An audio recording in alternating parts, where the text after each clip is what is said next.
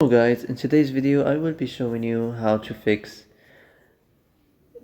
Netflix bad quality problem. So the answer is easy. Just go to the settings and then scroll down to the apps section and then go to the search and search Netflix,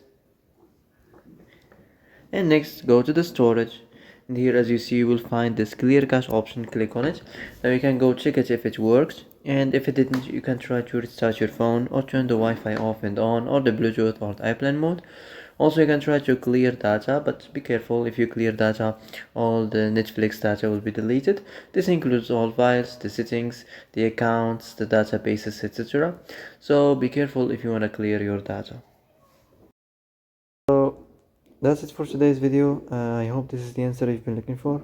And if you like this video, don't forget to like and subscribe, and see you in the next video.